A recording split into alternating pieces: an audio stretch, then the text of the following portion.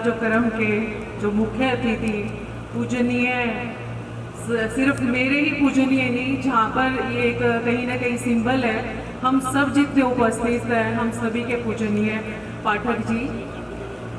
वह इसके अतिरिक्त मंचगण पर उपस्थित सभी आर्यजनों को मेरा प्रणाम। ये मेरा सौभाग्य है कि मुझे मंच पे अपने जो हृदय की जो कृतज्ञता है, मेरे हृदय की नहीं, मेरे परिवार की जो कृतज्ञता है कहीं ना कहीं वो व्यक्त करने का मौका मिला। मैं धन्यवाद करूंगी पहले तो सभी सनातन जनों का कि ये कार्यक्रम आपका है, इसमें आपने मुझे कुछ क्षण दिए। तो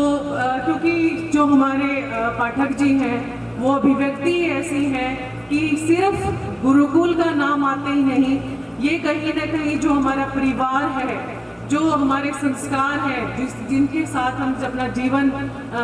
निर्वाह कर रहे हैं या जीवन जी रहे हैं, उनके हर क्षण में ये उपस्थित है।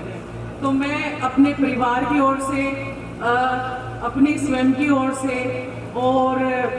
हमारे इवन गांव की ओर से भी मैं धन्यवाद करना चाहूँगी कि जो इनके जो संस्कार हैं, जो इनके गुण हैं, जो इन्होंने अपने विद्यार्थियों के अंदर भरे हैं उनके जीवन काल में, कहीं ना कहीं उन्हीं गुणों की वजह से आज जो हमारा गांव है वो प्रफुल्लित हो रहा है, विकसित हो रहा है। सिर्फ शब्दों के माध्यम से ही नहीं, आप ये देख सकोगे कि हमारे गांव के आप उपस्थित इस कार्यक्रम में कम से कम 15 या 20 जो इनके विद्यार्थी रहे हैं वो यहाँ पे उपस्थित होंगे। तो ये उपस्थित होना सिर्फ एक छोटा सा एक जीवन का हिस्सा ही नहीं है, इसका अर्थ है कि जो उनको जब जैसे इस अवस्था में पहुंचे हैं, तो जब इनको एहसास हुआ कि कहीं ना कहीं जो पाठक जी ने उनके जीवन में जो गुण दिए हैं, कहीं ना कहीं उन गुणों की वजह से ही आज वो श्रेष्ठतम अपना जीवन जी रहे हैं। तो मैं धन्यवाद करना चाहूँगी पाठक जी का। कहीं ना कहीं अब ये विचार आता है कि मेरे जीवन में इनका क्या योगदान है, तो उस चीज़ में कहूँगी कि जो परोक्ष रूप से, डायरेक्ट रूप से या सीधे रूप से तो जो मेरे जीवन साथी है वो इनके विद्यार्थी रहे हैं, पर परोक्ष रूप से इनका मेरे जीवन में बहुत योगदान है। क्योंकि जो एक अच्छा जीवन साथी मिलना या एक अच्छा परिवार मिलना, क्योंकि हमारे परिवार के जो सदस्य हैं कम से कम 5-6 सदस्य हैं जिन्होंने यहाँ से अध्ययन किया है या फिर यहाँ पे अपनी सेवाएं प्रदान की हैं, तो इनका जो हमारे जीवन में योगदान है, इसके साथ साथ हमारे जो गांव के विकास में योगदान है। क्योंकि जो गांव का विकास है वो सिर्फ कार्यों से होता है, पर कार्यों का जो बीज है वो दिमाग में या विचारों के माध्यम से होता है। तो जो एक श्रेष्ठ जो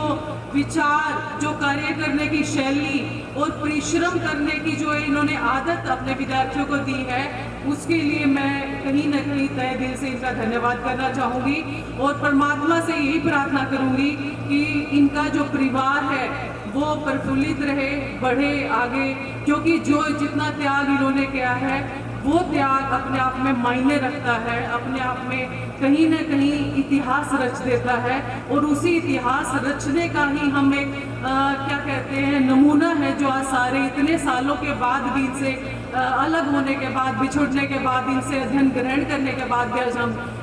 यहाँ पे उपस्थित हुए हैं, इनको एक तरह से अपनी कृतज्ञता या अपना एक थैंकफुलनेस देने के लिए। तो मैं महिला वर्ग की ओर से हमारे और सभी परिवार की ओर से भी और हमारे गांव की ओर से भी और हमारी इवन आने वाली पीढ़ी भविष्य है उनकी ओर से भी इनको धन्यवाद करूंगी। और एक बात और थोड़ी सी कोट करना चाहूँगी कि जब इनके प्रशंसा पत्र में पढ़ा जा रहा था कि आचार्य जी अगर इंजन है तो ये ईंधन है, ठीक है, आचार्य जी अगर, तो मैं ये कहूँगी ये दोनों ऐसी शख्सियत है, दोनों ऐसी पर्सनैलिटीज़ हैं जो सिर्फ एक गुरुकुल का या एक परिवार का ही इंजन नहीं है, ये कहीं न कहीं अपने स्नातकों के रूप में, स्नातकों के परिवार के रूप में पूरे समाज का ही इंजन बने हुए हैं, पूरे समाज को ही ईंधन दे रहे हैं। क्योंकि जो ये ऐसा मानते हैं ना कि दान करना अपने आप में सर्वश्रेष्ठ है, तो इन्होंने जो दान किया है वो शिक्षा का या ज्ञान का दान किया है, जो कि अमिट है। कई लोग दान के माध्यम से धर्मशाला बनवा देते हैं, मंदिर बनवा देते हैं, वो भी अपने आप में एक पुण्य का कार्य है। पर वो ऐसा है कि भूकंप आ गया, भूचाल आ गया, किसी और का शासन आ गया तो उनको तोड़ा जा सकता है। पर जो एक विचारों का जो इन्होंने या एक कार्यशैली का या एक शिक्षा का या ज्ञान का इन्होंने दान दिया है वो अमिट है, वो कभी नहीं मिट सकता। और वही जो इनका दिया हुआ ज्ञान है वही समाज को हमेशा हमेशा तक, जब तक इनके स्नातक उपलब्ध रहेंगे, संसार में जीवन अपना व्यतीत करेंगे, और वही स्नातक अपने आने वाली युवा पीढ़ी को मीन्स अपने बच्चों के माध्यम से समाज में जो इन्होंने संकल्प अपने विद्यार्थियों को दिए हैं वो, और जो श्रेष्ठ विचार दिए हैं वो, और सबसे बड़ी बात मानती हूँ कि जो इन्होंने कर्मठता का,